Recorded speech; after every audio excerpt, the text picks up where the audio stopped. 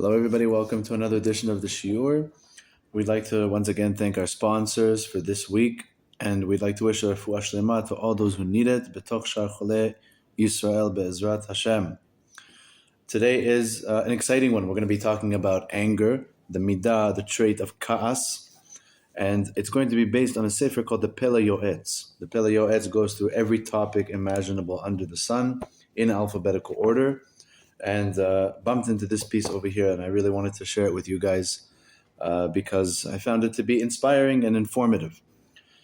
The Pele Yoetz begins that Kaas, anger, is extremely, extremely severe in the eyes of the Torah, in a negative sense, obviously. And if you go through the words of the Gemara, if you go through the Zohar Kadosh, and you read the words of the Arizal, who was the greatest Mikubal, he says that a person's hair would catch fire, which I guess is an expression for your hair would stand on end. You would be petrified to see the totzaot, the ramifications of a person's anger.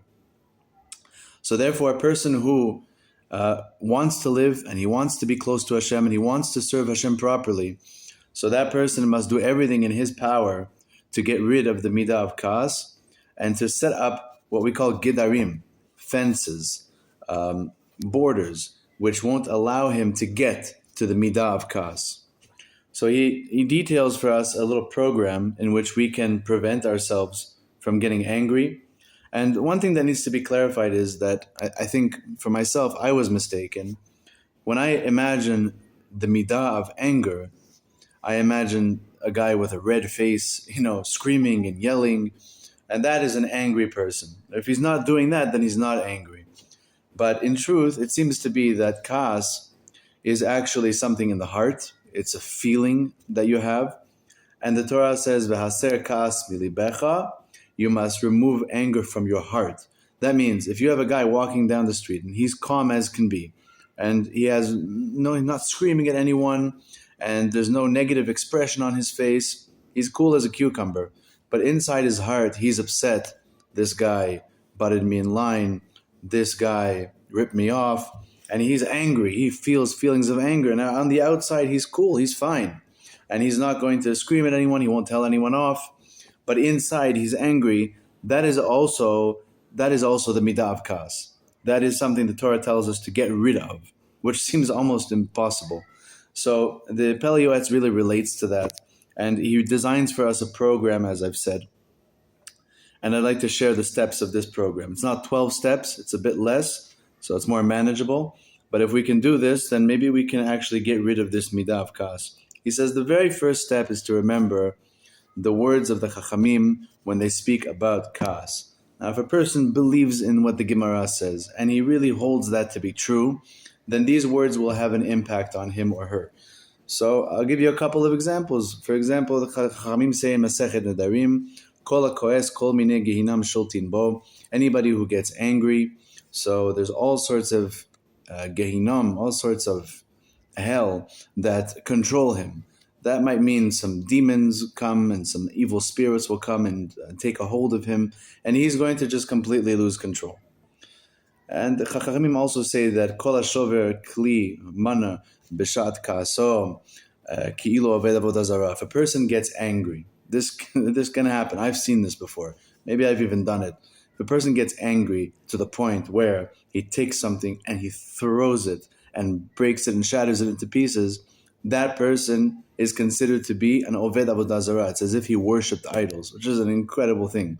His anger got to such a point where he had to break something, so that indicates that he doesn't really believe that HaKadosh Baruch Hu is in charge of the world. He believes that he's in charge of the world. And he's angry because something that he deserved was not given to him. And so he throws this thing and breaks it on the wall. He takes action. And he does something about his anger. That is a form of idol worship. He is serving other gods. If he really believed in Hashem and he had true emunah, he would not have gotten angry in the first place. He got so angry he broke something. That is a form of avodah zarah. If we take these words of the Chachamim to heart, he says that's already the first step. If you can manage to get that inside of you, then that will already work to remove the midah of kaas from our hearts. However, he says not everybody is on that level. And he says, therefore, step number two, if that's impossible, step number two is to penalize yourself, right? We know the concept of a swear jar. If somebody says a negative, a bad word, so they have a jar where they put a quarter or a dollar or a toonie or $5, whatever it takes to make them feel that this is actually a penalty. This is something that's going to hurt their pocket and is going to prevent them from doing this in the future. So he says, just take that concept and apply it to kas, apply it to anger. Every time you feel in your heart angry about something and upset, so have that jar ready in your kitchen and put in $5, $10, $20, whatever does it for you, every time you feel kas in your heart. Now, that's step number two.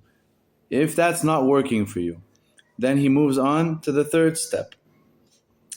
Let's say a person gets angry and he feels a feeling of anger. He feels it boiling up inside of him. And he's not able to control his anger. He's not able to remove it from his heart. So step number three is shut your mouth. Zip it, throw away the key, and don't speak. Don't speak when a person gets angry. Chachamim say, this is a Gemara in Masechet Chulin,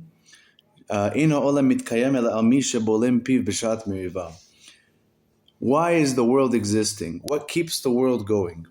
What gives koach and energy to planet Earth to keep going? It's a person who shuts his mouth and silences himself at the time of an altercation, b'shat meriva, at the time of a fight. When there's strife and there's difficulties and you're feeling the anger bubbling over and it's going to come out, and you say, I'm not going to say anything, I'm not going to yell at that person, I'm not going to tell him off, I'm just going to keep quiet, that person should know that the world stands because of him. These are the words of the Chachamim, Chulin Peitet, 89. And therefore, when a person feels the anger is uncontrollable, at least don't say anything. At least don't say anything. That's step three. So let's recap the steps. Step number one so far, listen to the words of the Chachamim. They speak very negatively about anger. If a person wants, if you're interested, you can open up the Sefer Orchot Tzadikim, the ways of the Tzadikim. They have it in English as well. They have a whole chapter there on Kas. You can go there and look at all the sources of where Chazal tell us the negative attributes of the Midah of Kas. Step number two is make for yourself a penalty jar and put some money, or maybe say, I'm going to fast every time I become angry. Well, probably more likely the money is a better one for us. Put some money in a jar. Every time you feel angry in your heart, you feel like someone did you wrong, put some money in a jar. And that'll allow a person to stop himself from developing the midah further. Step number three is when you are angry and you feel that you have to tell somebody off, you have to yell at them, you can't stand it, they're so wrong and you're so right, control yourself. Shut your mouth, allow things to progress. The world stands because of such a person. Now we move on to step number four. Let's say you are incapable of keeping your mouth closed. You're incapable of just letting this fly by. So what do? We're all human. We've all been through this. You just got to say something. So the Pele Yoetz says, what you should do is, at least if you need to speak, speak softly and speak in a way that the other person will understand. When you're yelling at somebody, when you're telling them off and you're telling them that you did something wrong, that person will never, ever listen to you. I don't need to say this to anybody. This is common sense. But this is what the Pele Yoetz is saying. They were not going to listen. They're not going to accept. Come towards him and explain to him why this makes you feel the way that it makes you feel, and say it very softly and control the tone of your voice. If you do that, then that is a step in the direction of controlling your anger, and that will eventually allow you to reach the point where you don't even feel the anger altogether.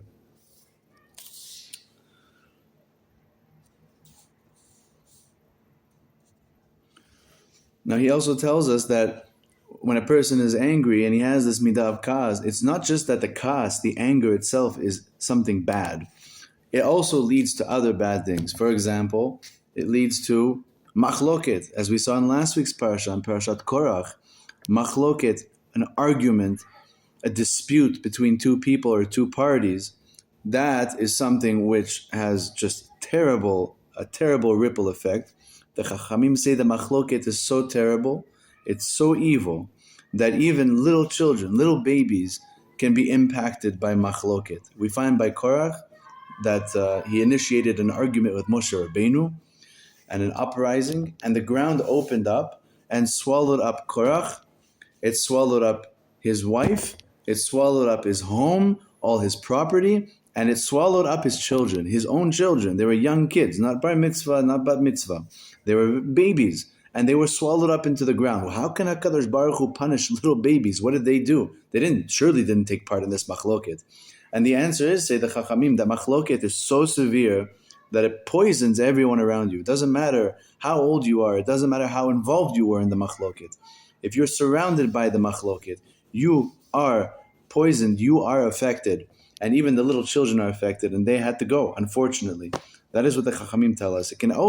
Anger can also lead to a very serious Aveira, which is, Al tikalel cheresh be'amo. You're not allowed to curse another person. You're not allowed to curse another Jew. Sometimes it happens. We get so angry at someone, we say, I hope, chas v'shalom, I hope he gets hurt. Something else. We might say something very negative. You're not allowed to say this. That can't come out of your mouth. You can't curse. You can't wish bad upon another Jew, even if he really did you wrong.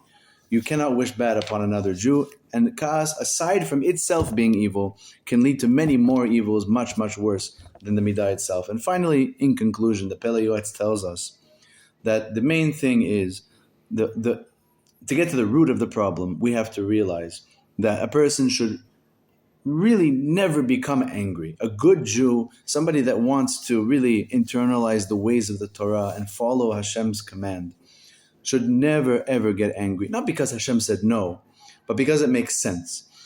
Hashem runs the world. Chazal say, Ein Adam nokef etzba'o milamata. A person does not bang his finger down here on earth, Elim ken gozvin alav milamala, unless in Shamayim they decreed that he should bang his finger. Right? If a person reaches into his pocket, he pulls out the wrong coin, and he says, ugh. So that was something that in Shamayim they decreed that this person has to go through that inconvenience. Right? So even light things and even heavier things, everything is decided in Shamayim, and everything is only a result, says the Pele Yoetz, of us. If somebody did you wrong, and somebody cheated you, somebody ripped you off, somebody did something that just rubbed you the wrong way, and you have every reason to become angry at him in your head. So a person, a good Jew, would say to themselves, listen, calm down. It's not him, it's me. Hashem gave me this inconvenience and put me in this unfortunate situation because I did something wrong. I did an Aveira. Maybe I cheated someone. Maybe I did the same thing to someone. A person has to go home at night and really think hard. Did I do something to deserve this? Right away we like to lash out at the other person. He's an idiot. And we have to lash out at ourselves first, not to get down on ourselves, not to get depressed, but to at least just put some thought into it, that HaKadosh Baruch Hu is running the show over here. And HaKadosh Baruch Hu decided that we have to go through this in this moment, and therefore the first response for a good Jew, and this is a very high level, but this is an ideal that we should strive towards. A good Jew will say to himself, I'm not angry. He didn't do anything to me. Hashem did something to me. Now, am I angry at Hashem? Maybe I'm angry at Hashem. I think it's a very high level to be angry at Hashem. It means that you acknowledge that He exists. People say they're angry at God. That means you believe in God. That's fantastic, right? So you want to direct your anger towards Hashem? That's great. Hashem will tell you back, don't be angry at me. I'm doing this for your own good. I need to give you a punishment for something that you did, and that's going to clean your Avirah. And now you can do teshuvah, and now you have an opportunity to grow from this experience. Instead of just harboring anger in our heart and screaming at people and losing friends, we're going to end up growing from it. We're going to become closer to Hashem as a result of this negative experience. And this is the Torah approach to the Midah of Kas. I hope you all enjoyed. Chazak u'Baruch. Thank you to the sponsors, and we'll see you next week, Bezrat Hashem.